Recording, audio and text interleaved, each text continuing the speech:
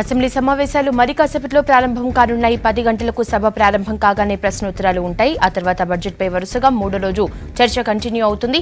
ఇవాళ ఎంఐఎం సభ్యుడు అక్బరుద్దీన్ బడ్జెట్పై ప్రసంగిస్తారు. తర్వాత ఆర్థిక పద్దులపై జరిగిన చర్చకు మంత్రి ఈటెల రాజేందర్ సమాధానం చెప్పనున్నారు. దీంతో సాధారణ బడ్జెట్పై చర్చ ఇవాళ్టితో ముగియనుంది.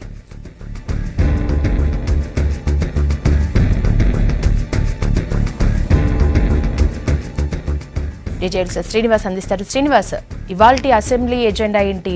ఎలాంటి అంశాలపై చర్చించనున్నారు? ఈరోజు శాసనసభకు 5వ రోజు. ఈరోజు సాధారణ బడ్జెట్పై ఫైనల్గా అంటే చర్చ పూర్తవుతుంది. ఆర్థిక శాఖ మంత్రి ఈటెల రాజేందర్ ఈరోజు రిప్లై ఇవ్వనున్నారు. ఒకసారి మనం ఎజెండా కనుక చూస్తే ముందు ప్రశ్నోత్తరాలు ఉంటాయి. ప్రశ్నోత్తరాలు 10 ప్రశ్నలు ఉంటాయి. ప్రశ్నల తర్వాత సభకు టీ బ్రేక్ ఇస్తారు. టీ బ్రేక్ తర్వాత జగదీష్ రెడ్డి విద్యుత్ శాఖ మంత్రి వార్షిక నివేదికను సభలో ప్రవేశపెడతారు. ఆ తర్వాత సాధారణ బడ్జెట్పై చర్చ కొనసాగుతుంది.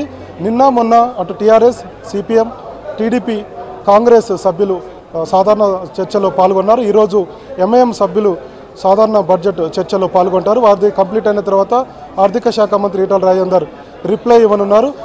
అంటే ఈ మాట్లాడిన సభ్యులందరూ కూడా ధీటుగానే సమాధానం ఇవ్వాలని చెప్పి రాష్ట్ర ప్రభుత్వం భావిస్తుంది. దీనిలో భాగంగానే ముఖ్యంగా వృత్తి కులాలకు సంబంధించి ఇప్పటికే రాష్ట్ర ప్రభుత్వం విమర్శలు వస్తున్నాయి కాబట్టి వాటికి ధీటుగా సమాధానం ఇచ్చేందుకు ఆర్థిక శాఖ మంత్రి ఈటెల రాజేందర్ సిద్ధమయ్యారని చెప్పవచ్చు.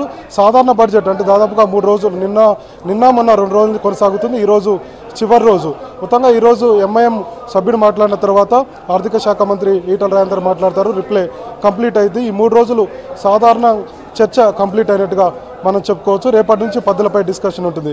ప్రస్తుతం మనతోటి మహబాద్ ఎమ్మెల్యే ఉన్నారు. ఈరోజు శాసనసభ సంబంధించినటువంటి వ్యవహారాలు కావచ్చు, అదేవిధంగా నిన్న కాంగ్రెస్ జానారెడ్డి చేసినటువంటి కామెంట్స్ మీద ఆయనతో మాట్లాడదాం. ముఖ్యంగా జానారెడ్డి నిన్న మాట్లాడుతూ ప్రభుత్వంపై విమర్శలు చేశారు. ప్రభుత్వం పూర్తి స్థాయిలో పనిచేయలేకపోతుంది అన్నటువంటి హెచ్చరికలు చేశారు. దీన్ని మీరు ఎలా చూస్తారు? Good morning everybody. జానారెడ్డి గారు చాలా సీనియర్ నాయకులు. ప్రజలు గమనిస్తున్నారు. గతంలో 46 సంవత్సరాలు పరిపాలించింది కాంగ్రెస్ ప్రభుత్వం. కాంగ్రెస్ ప్రభుత్వం ఏం చేసిందో ప్రజలు గమనించే ఇవాళ తెలంగాణ పార్టీకి పట్టం కట్టారు.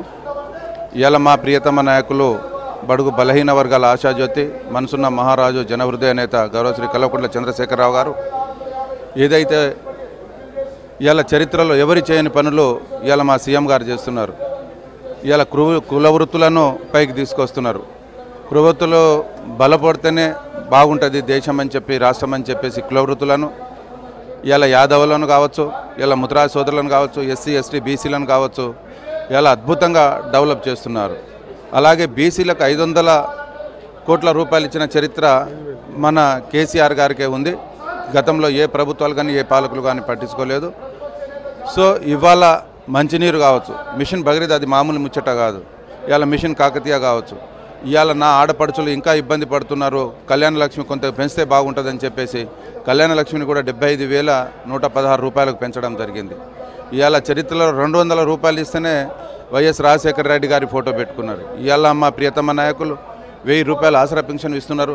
వికలాంగులకు 1500 రూపాయలు ఇస్తున్నారు. ఎంత దమ్ము ధైర్యం ఉంటే 2019 నాటికి నేను ప్రతి ఇంటికి స్వచ్ఛమైన నీళ్లు ఇచ్చిన తర్వాతనే నేను ఓటు అడగడానికి వస్తానన్న నాయకుడు, ఏకైక నాయకుడు కేసీఆర్ గారు.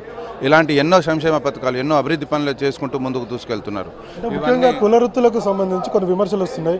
ఆ కుల వృత్తులే చేసుకోవాలన్నటువంటి విమర్శలు కూడా ఆయా సభ్యులు చేస్తున్నారు. మీరు ఎట్లా చూస్తారు దీన్ని? ఇవాళ కుల వృత్తులు కావచ్చు. ఇవాళ మా నాన్న వ్యవసాయం చేస్తాడు.